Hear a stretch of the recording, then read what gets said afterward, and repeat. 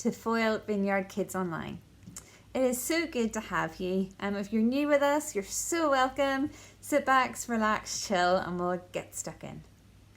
So how's your week been? You enjoying the summer holidays? A couple of weeks left before we head back to school. Well, this week I thought I would try to do something a wee bit different.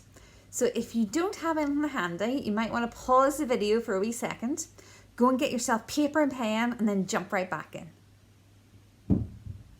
Okay, so you got paper and pen, you ready?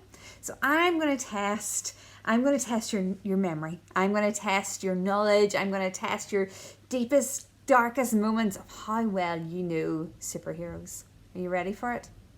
We're looking today, we talk a lot about being superheroes, but we're looking today about secret identities. And I want to see how many of the secret identities of comic book superheroes that you know. So I'm going to give you 7 superhero identities, and I want you to see if you can know which one the superhero is. And at the end, I'll give you the answers. You ready? So number 1, Peter Parker. So if you know what superhero that is, you write down the answer now. Number 2, Clark Kent. And if you need any extra time, you can pause in between these questions to have a wee chat among your family. Number 3, King T'Challa. Okay. Number 4, Steve Rogers. I have to say I didn't know half of these, but some of the people in my house knew a few more and helped me out here. Next one, Tony Stark. Next one, Diana Prince. Who do you think that is? And the very last one, Bruce Wayne. Okay, so you can have a wee pause or go back if you need to get any of those again. Now, I'll be very honest, when I did it, I got 1 out of 7. So if you get anything beyond that, your knowledge of superhero secret identities is better than mine, so well done. But I'll fire through the answers now, okay? So Peter Parker was Spider-Man. Clark Kent, that's the one I knew, that was Superman.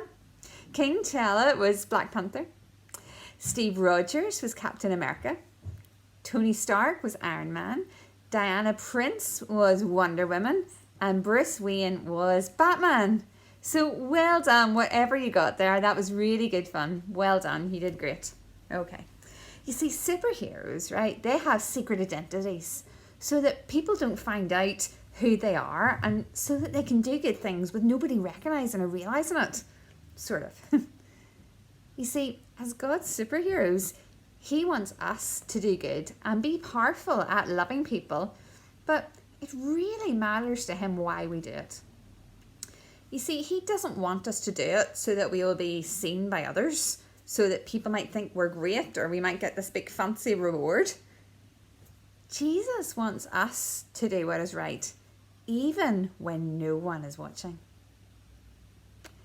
And He wants us to have times where we do good in secret, even if no one else ever sees it. You see, Jesus says that God sees it and He will reward us for what we do.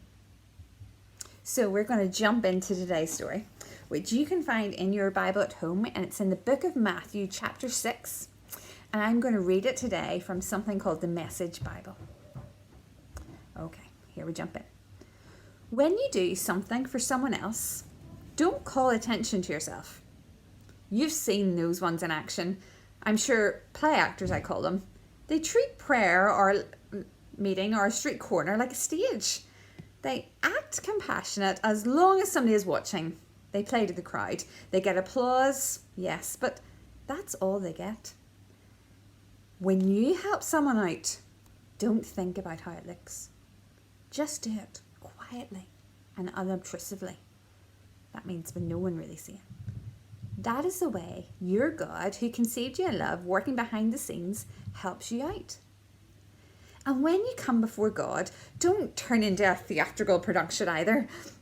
All those people making a regular show out of their prayers, hoping for stardom, do you think God sits in a box seat? Here's what I want you to do. Find a quiet, secluded place so you won't be tempted to role play before God. Just be there as simply and honestly as you can manage.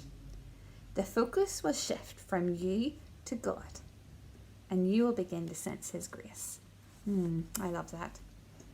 You see, we all want to feel special, don't we? We like getting rewarded. I like it. That's the way God's made us. But Jesus knows that if we try and get a reward from others when we do right, it can mean that maybe we're not doing the right thing for the right reason. We can start to perform or pretend to be good just so others think that we are super, super great, even if we don't mean it in our hearts. But Jesus says, don't do that. Instead, he's saying, let's receive God's reward, because he loves us so much when we do things in secret, because then he knows that it's coming from your heart, and he will always see it, and he will reward you. So kids, that is us for this week. If you've joined us from YouTube, jump over now to our website, foilvineyard.co.uk/kids, where we have lots more material there, family discussion questions, and ways that you can just take some time right now in the quiet, on a beanbag or under the dining table, just to take a moment yourself with God. He would just love to talk to you right now. Love being with you. Have a fab week. Bye.